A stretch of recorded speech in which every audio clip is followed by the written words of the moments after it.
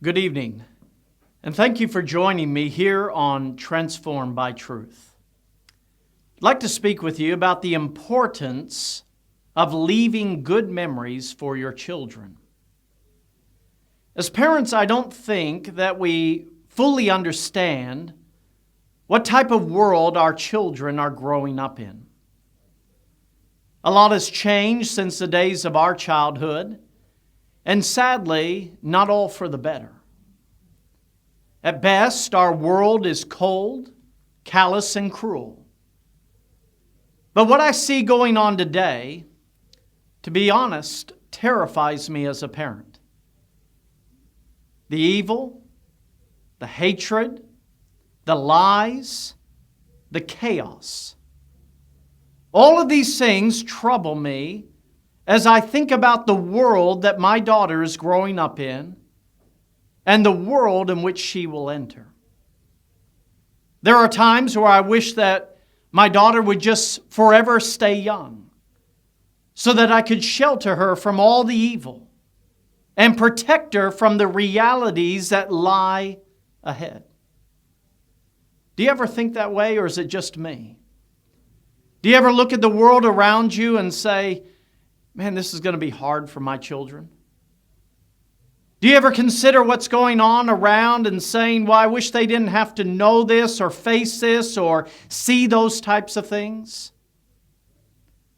I think any parent that loves their child and wants the best for them would have a concern on their heart. Not always a fear, not always a terrifying spirit, but more of this of just looking at what's going on and realizing the world is changing. Now, I know that for me, I cannot stop my daughter from growing up, nor can I really protect her from all the terrible and tragic things of life. All I can do is prepare her to withstand the evil. I can train her to be a good and godly person. I can teach her the truth so that she can counteract the lies that are going on. And I can leave her with good memories on which she can reflect. Isn't it funny how we as adults often think back on the good old days? A lot of those in my generation and even older, we talk about things or we say this, well, back in my day. Back in my day, it wasn't this way, or back in my day, it was better. Back in my day, it was much simpler. And maybe we use that phrase, well, in the good old days. And a lot of times we talk about the good old days, especially when we're going through some not so good days. It's not that we're discontent or weak or fearful. But the reason we think about the good old days is because there is rest and relief in good memories. At times, I will temporarily escape the reality of life by recalling some good memories from my childhood. Days that were simpler. I think of those days of fun, days of laughter, days where I didn't have a whole lot of worries or stresses or pressures. Life was this of getting up and maybe going to school and then having fun and playing ball and doing those things, running around with friends. Everything was new. There was energy. There was excitement. Most of the hard things, most of the difficult things of life were dealt with by my parents. They took care of the bills.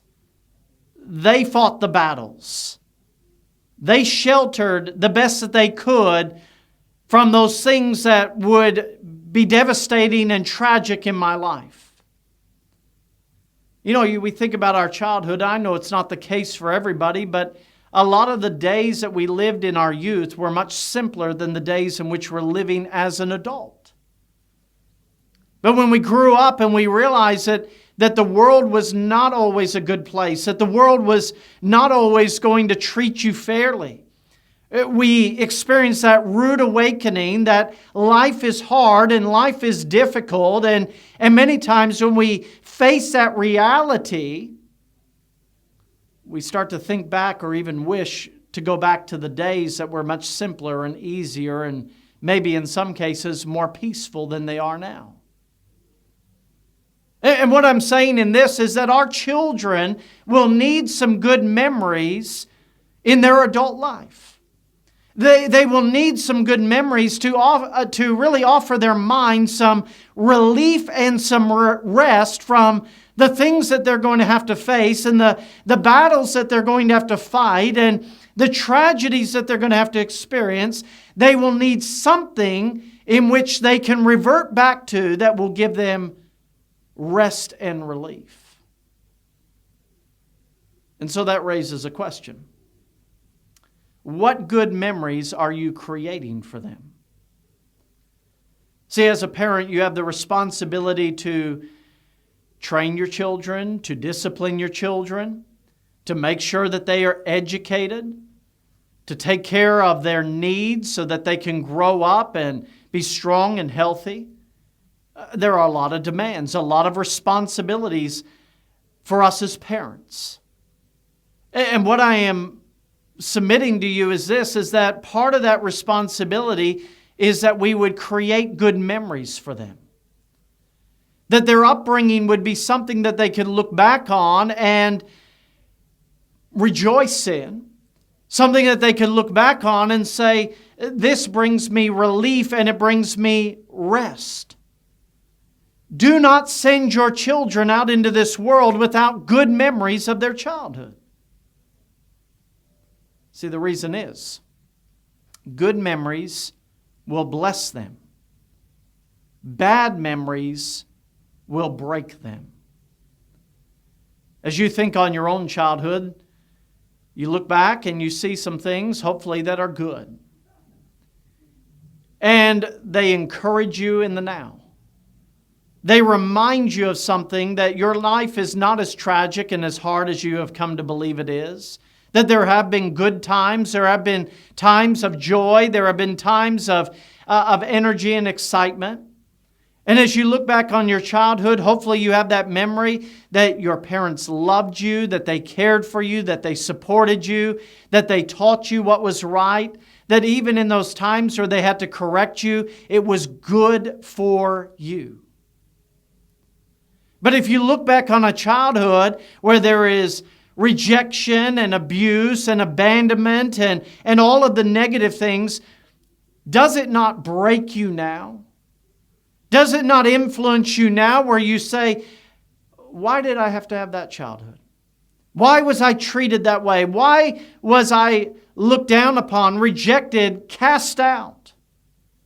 And those things that you carry into your adult life are still with you and they still affect you to this very day. They would not be in the category of a good memory, but they would be in that category of an awful memory, a bad memory, something that we struggle with and we still battle with in the now. And that's why I ask you, what good memories are you leaving your children? Well, what good things are you implanting in their story so that when they look back, yes, every child's going to face the bad and every child's going to have the difficult, and we can't just give them this perfect life, nor really is that beneficial to them if we shelter them from everything negative or we fight every battle for them. There needs to be a balance. Our children need to face adversity. They need to learn how to grow up and be responsible. They need to learn how to be warriors and those that would fight, because that's what life is. But in the midst of learning all of those necessary tools for life, they also need to have a good memory of their childhood. They need to be able to escape to the things of the past that bring them relief and rest for the moment, that would help fuel them and encourage them and strengthen them to persevere and keep on fighting for them and for their family. Several years ago, a university in the United States, the University of Vermont, researched childhood memories. And they interviewed a lot of people and they asked them detailed questions about what they remembered about their childhood. What it is that they think about when they think about their upbringing, their child life, whether it be very young or as a teenager. And it was very interesting as they brought together all their research. What they found is that most adults have child memories of 7 specific things. Number 1, they had the memory of being dropped off at school. They remembered who dropped them off at school, whether it be that of taking them down to the bus stop or to the location where they would have the pickup from the taxi or somebody else that was taking them, or even they themselves driving them to school or walking them to school. But out of all those adults that were interviewed, they remembered who dropped them off at school. That's quite an interesting memory. Now think back in your childhood. Do you remember who dropped you off at school? It may have been your father, your mother. It may have been another family member. It may have been this of walking there with other siblings. But no doubt you remember those who took you to school. The second memory is this: they remembered their home environment. And what I mean by the home environment is the spirit, the attitude that dominated the home. They either remembered this, well, it was a loving home, or it was an angry home. It was a bitter home. It was a home that was cold, or it was a home that was warm. Speaking about the attitude, not the actual temperature. They remembered the environment of the home. It's amazing how we remember those times where there were fights and yelling and screaming that went on in the home. Those things stick with us in our adult life. But we also remember those times where love was spoken, where kindness was shown, where there was that good spirit, that time where the family got along and got together. All of the environment of that home is remembered in our adult life. The third thing that came out from this research is kind of an interesting thing, but one that is very important for us as parents to understand.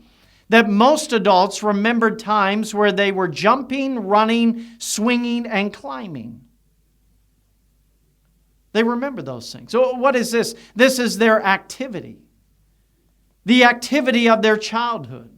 They remember those days, maybe their summer breaks or the time off where they could just go and be children. And that's what children do. Children were not designed to sit in front of a television set. Children do not develop properly by playing video games all day long. Children, they need this of going outside and running and skipping and jumping and swimming and all those things, these activities that are not only good for them physically, but they are good for their development. And they remember those days. As I was going through this list myself, my thoughts often go back to days of just playing. I remember the homes in which we grew up in. And there was one home that had a large backyard. And I very clearly remember the days that my brother and sister and I would go out and we would ride our bike around that yard. We would set up jumps and we have had obstacles and we would chase one another. I remember those forts that we built and those homes that we would play in and how our entire day, right after breakfast until the sun went down, we were outside playing. Just enjoying ourselves. Those are memories that I have. The memories of playing ball, of chasing one another. Those are important memories. Another memory that they found in their research is that adults often remembered what they were good at as a child, of something that they were good at doing. It may have been this, that they were good at math, or they were good at playing an instrument. They were good at telling jokes. They were good at making friends. It's amazing how we remember what we were good at. Now, why is it that we remember what we are good at? Oftentimes we remember it because we remember the person that encouraged us to pursue it. Somebody was there saying, you can play the piano, you can play the violin, you can play the guitar. You are good or skilled at this. You have a natural talent. And what that is showing is that somebody came along and encouraged them to develop that skill in their life.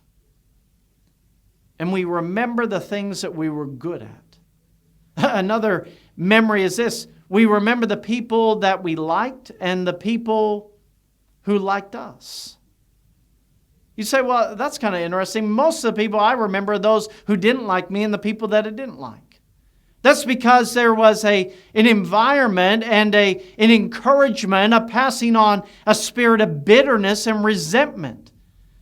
See, that's not a good memory there. If all you remember are those that hated you and those that you hated, then that is not leaving a good memory. But our memories ought to be built upon that. I had good friends.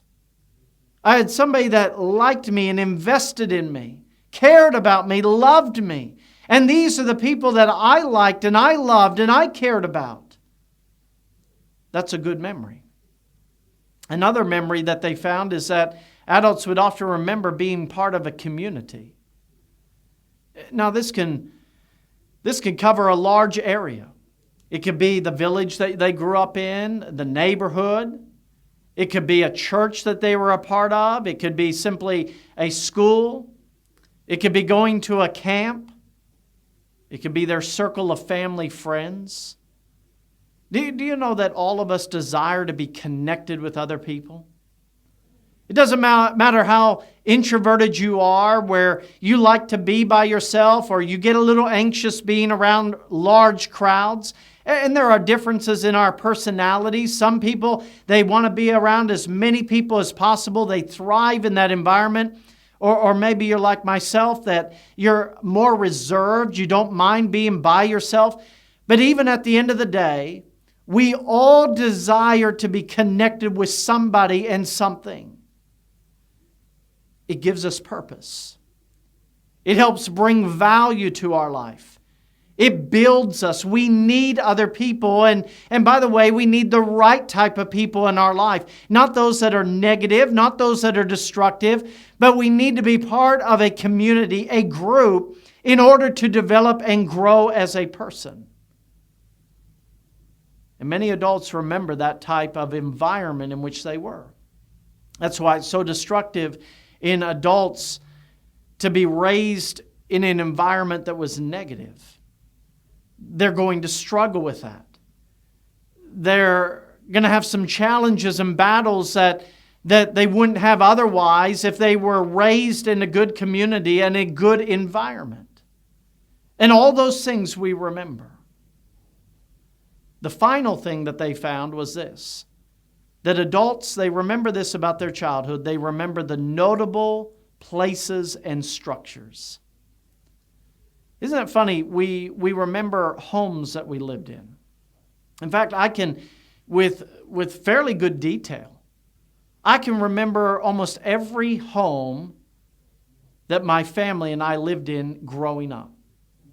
I can picture my bedroom. I can picture things that were on the wall, the layout, the yard, the color, the neighborhood. In fact, today, most of them, if I were to go back, I could find that exact house in which I grew up in. These are places and structures. Things that you'd say, well, what's the big deal about that? What does it matter whether or not you remember the home that you grew up in? Well, here's the thing. Where we grew up and the home in which we grew up is a memory. And we have memories in those places. It's not so much the structure. It's not so much the location. It's what took place at that structure and location. I go back and I think of that home that I grew up as a young boy. And there are memories associated with that. And then in my teen years, I remember the home in which we lived and the memories that were created there. I even remember those in the later years when I moved out of my home and got married and got my own place. It's all connected with memories. And then there are other places that we go to, places that we traveled as a family, locations we went to, sites that we saw, vacations that we took. All of those memories come back. And if you look at this list that these researchers developed and came up with, you could probably say, I remember something in every category there. I remember who dropped me off at school. I remember the environment of my home. I remember playing as a child. I remember what I was good at. I remember those that I liked and those that liked me. I remember the communities that I was a part of. I remember those places and those sounds and those smells. All of those things come back to me. Now understand that in every one of those points, we can have good memories or we can have bad memories. And I think what this research is telling us is this, is that our childhood memories stay with us for a long time. And our memories, they tell a story. And sadly, some stories are tragic. Some stories that we tell are sad when they really don't have to be. They don't have to be tragic stories. They don't have to be sad stories. And they don't have to be that way if parents would properly invest in their child's life. If parents would invest, then childhood memories would be different. I can't tell you how many sad stories I've heard from adults that as I've sat down and I've spoken with them and counseled them with things that are going on in their life, I can't tell you how many sad stories I've heard that have emotionally damaged them because of their upbringing. And they talk about this, the abuse. They talk about the fact that their father or mother never once told them that they loved them. They talk about those moments in which they succeeded or they did well in school and they came running home and they shared that and no one was interested. They talked about the fact that they didn't have a childhood. They weren't able to run and play and swim because their life was so engrossed with things that really the adults should have been dealing with. And it affects them to this day. And I'm talking about those that are in their 40s and 50s and 60s, long past their childhood, but yet their childhood and the memories of it affect them today. And let me just say this. If you're one of those adults that had, as maybe you would describe, you would say, I had a horrible childhood. Then let me just encourage you in this. You do not have to live as a victim.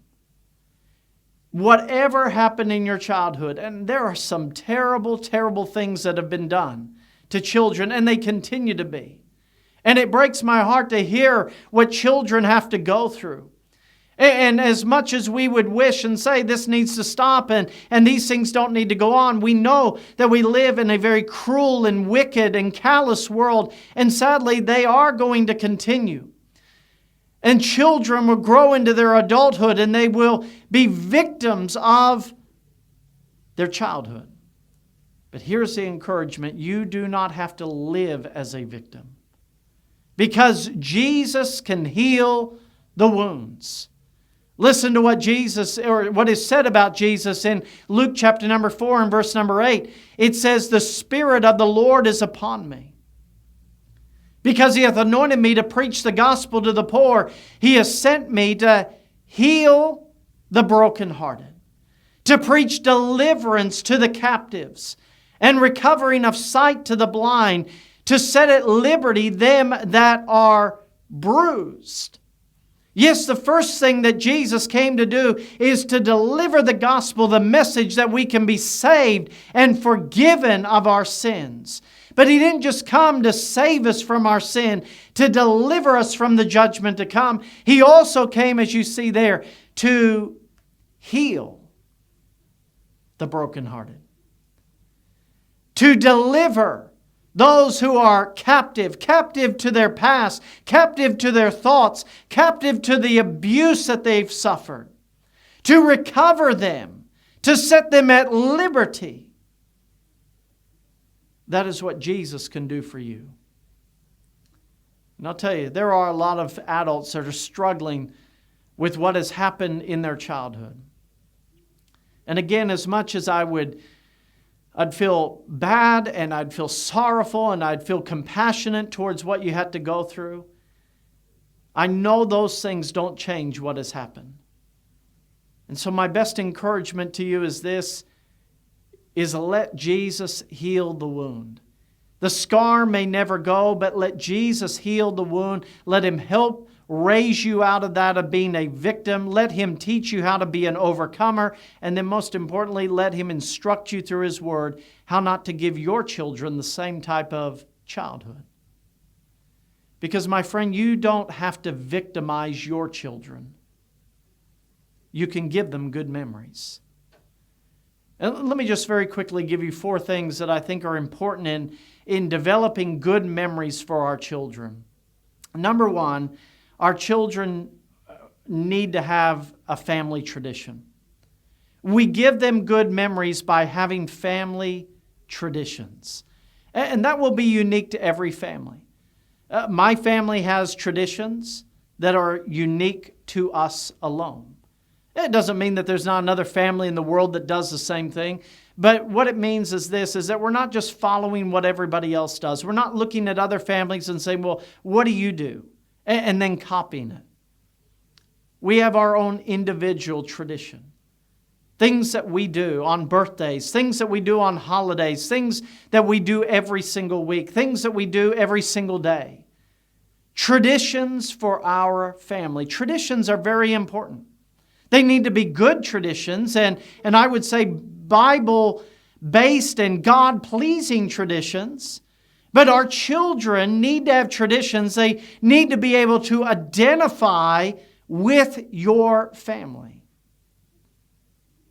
And many times it is going back and wishing, well, I wish I could do those things all over again. That tradition meant something to me. And we carry that tradition into our homes. Secondly, we need to have family talks. Talks need to be serious and talks need to be fun. There are times that our children need to be gathered around and we need to sit down and talk about serious things that are going on in our family and in our world and things that would help build them and give them wisdom and discernment and understanding. But then there are other times that we just need to laugh. We just need to joke around as long as it's not hurtful or bitter type of resentful talk, but just have a good time with one another. Tell jokes, laugh. So much of our world is serious, and I get it. It is a serious world, but we need that relief. And so we need to have the time where we talk. We also need to have family trips.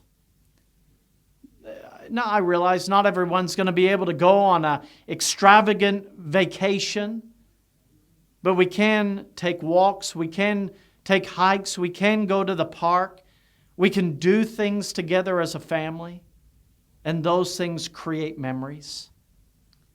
And then we also need to have family trials. And what I mean by that is that your children need to see your strength. When you're going through difficulty, they need to see a strong father and mother that know how to weather the storm.